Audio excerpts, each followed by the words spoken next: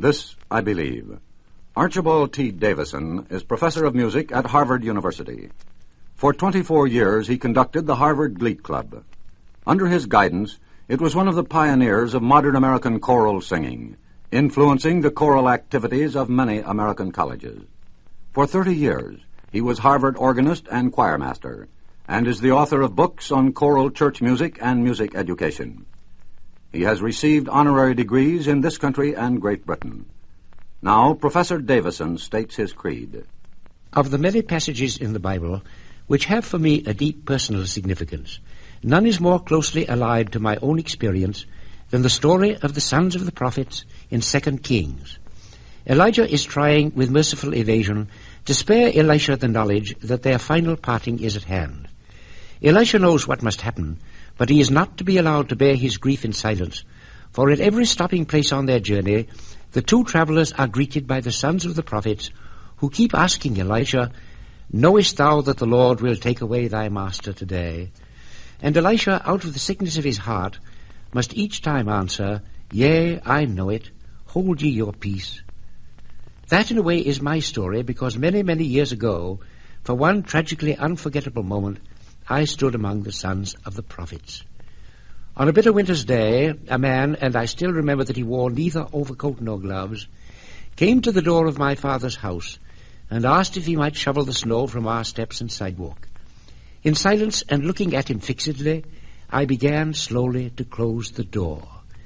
Seeing what I was about to do, without even a courteous word of refusal, there came across his face no look of resentment or of surprise, but rather one of complete resignation, as though he would have said, "I know it. I am shabby and almost a beggar, and I mustn't expect a small boy who lives in a prosperous-looking house to wonder if I'm hungry and cold and in need of what little money I can earn at this sort of work." Child that I was, and perhaps none too sensitive, I was suddenly smitten by that look which has never left me. And of the many things that I have done, the remembrance of which now grieves me, none has remained more vivid in detail, none has so plagued my imagination. Many a night, lying in the dark, I have looked into that man's eyes and have literally sweat with longing to be a child again and to atone for those 10 black seconds of time. But that experience of my childhood was not all loss, for from the shock of it, I unconsciously developed not a novel philosophy of conduct, but I believe a salutary and a comforting one, embracing all animal as well as human life. It has made me infinitely careful to avoid inflicting the small hurts that so often grow into bigger ones.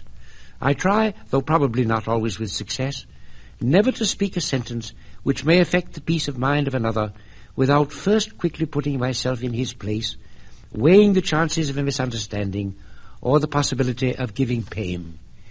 This is not laborious, nor does it make me over-meticulous in my dealings with others.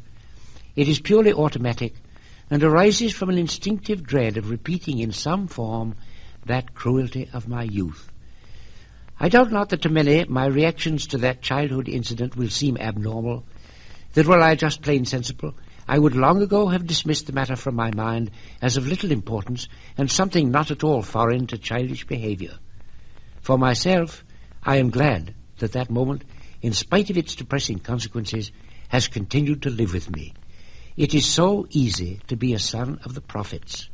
Certainly, there are few more tragic experiences in life than by wounding to be wounded, and to hear always afterward those words, even if unspoken, "Yea, I know it.